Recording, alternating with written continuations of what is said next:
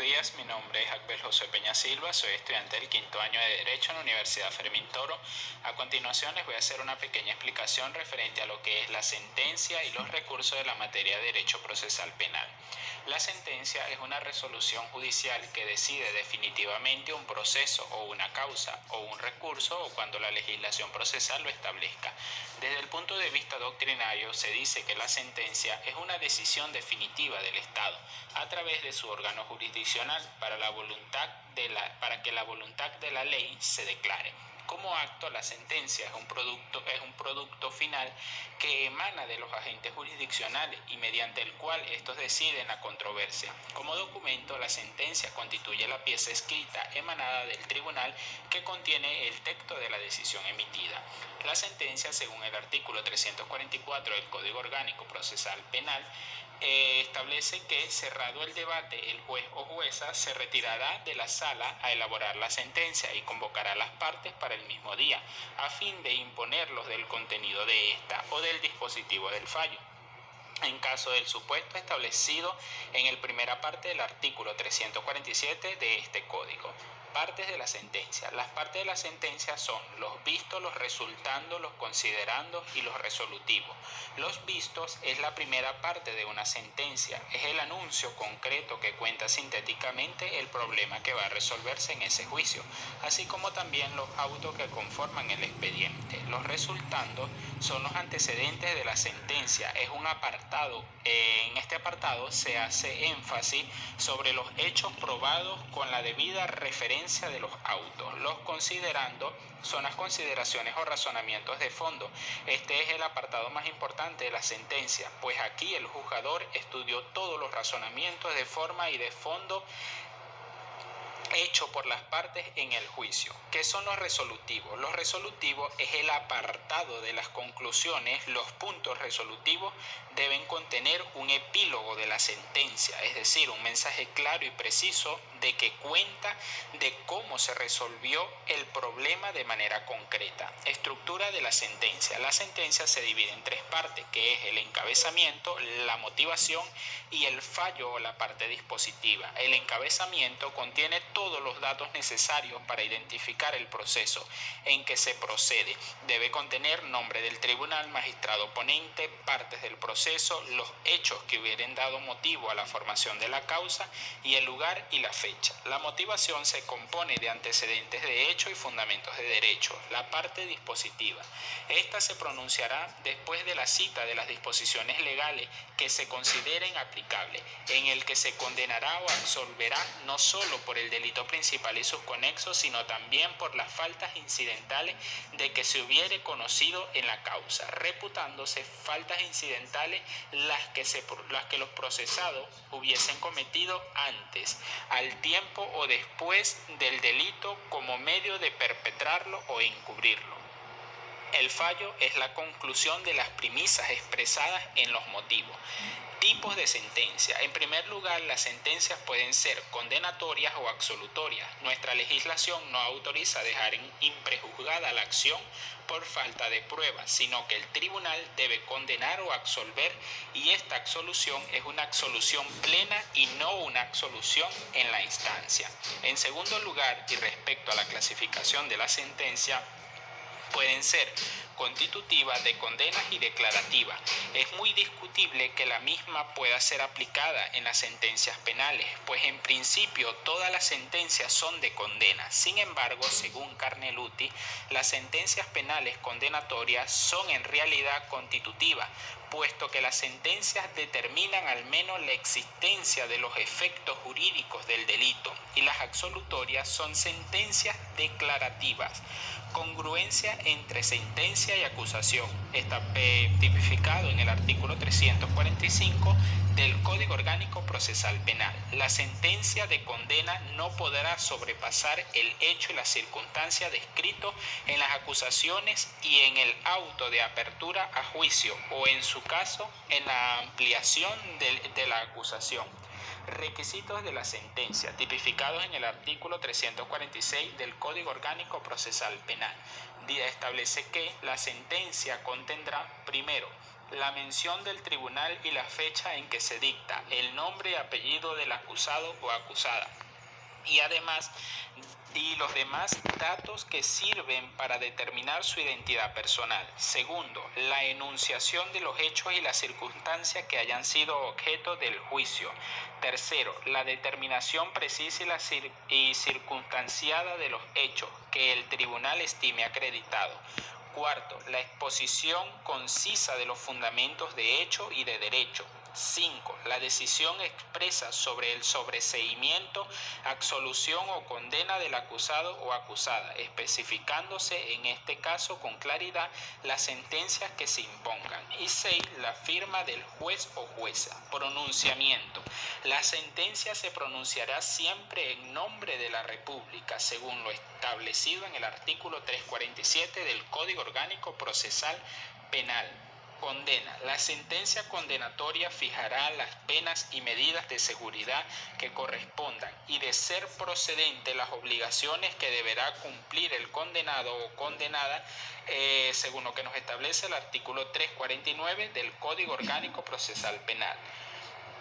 Los recursos son los instrumentos o institutos procesales de impugnación de resoluciones no firmes. Según Eduardo Couture, señala que los recursos son, genéricamente hablando, medios de impugnación de los actos procesales. Por lo tanto, el recurso es el acto procesal en cuya virtud la parte que se considera agraviada por una resolución judicial pide su reforma o anulación, total o parcial, sea al mismo juez o al tribunal que la dictó, o al juez o al tribunal jerárquicamente superior.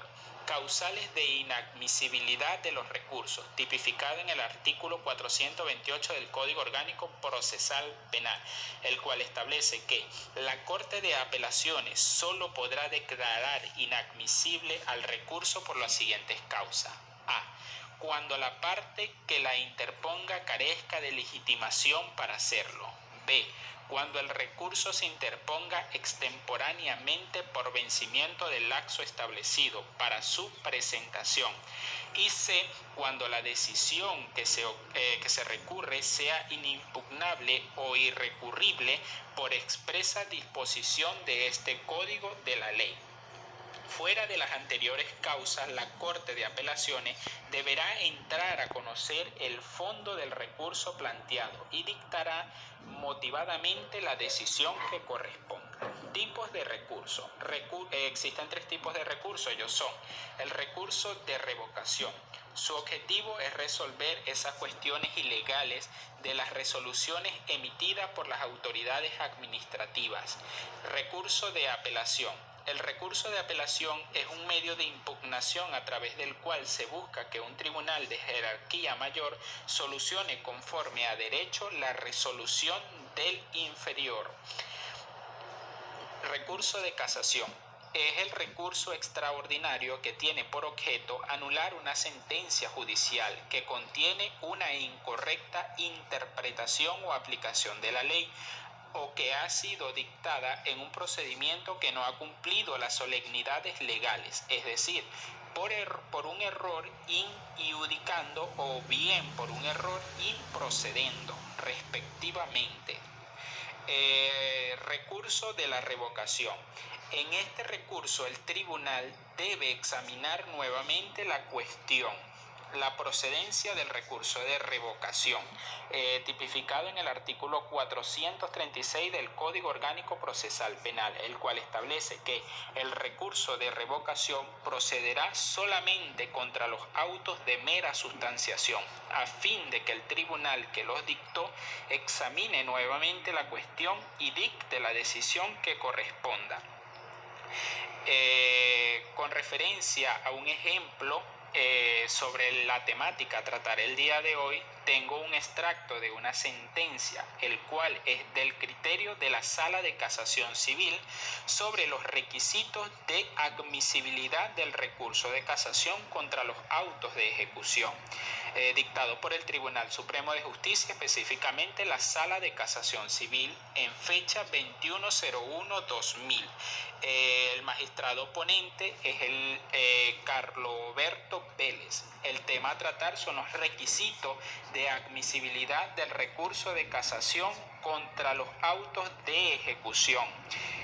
En relación con la admisibilidad del recurso extraordinario de casación contra los actos dictados en ejecución de sentencia, esta sala, en sentencia de fecha 16 de febrero del 2001, ratifica en sentencia de fecha 25 de mayo del 2000, con ponencia del magistrado que suscribe, el caso Flor María Araña Arenas contra el consorcio Beverly Hills Compañía Anónima, el expediente número 00024, sentencia número 168, señaló: en la decisión de alzada se cumple el segundo supuesto, es decir, provee contra lo ejecutariado o lo modifica de manera sustancial, pues declaró la nulidad de lo actuado y repuso la causa del estado de notificación de las causahabientes, haciendo caso omiso a los efectos de la cosa juzgada de la sentencia definitiva del tribunal de la causa. En materia de autos sobre ejecución de sentencia, rige el principio general de la inadmisibilidad del recurso de casación, salvo los casos excepcionales que la propia ley prevé en relación con los autos que versan sobre puntos esenciales no controvertidos en el juicio ni decididos en él, o los que proveen contra lo ejecutariado o lo modifiquen de manera sustancial, tal como lo dispone el ordinal 3 del artículo 312 del Código de Procedimiento Civil anteriormente descrito. Es evidente que el espíritu y razón de esta norma, que también consagró el derogado Código de Procedimiento Civil, es preservar la autonomía e intangibilidad de la cosa juzgada, pues se trata de evitar que el juez ejecutor, al resolver sobre aparentes puntos nuevos esenciales no controvertidos, o al interpretar la decisión que ejecuta, incurra en el error de alterar, modificar o contrariar sustancialmente los efectos de aquella. Esto es mi pequeña explicación referente a lo que es la sentencia y los recursos de la materia derecho procesal penal. Espero les sirva de gran ayuda para los futuros investigadores. Muchísimas gracias.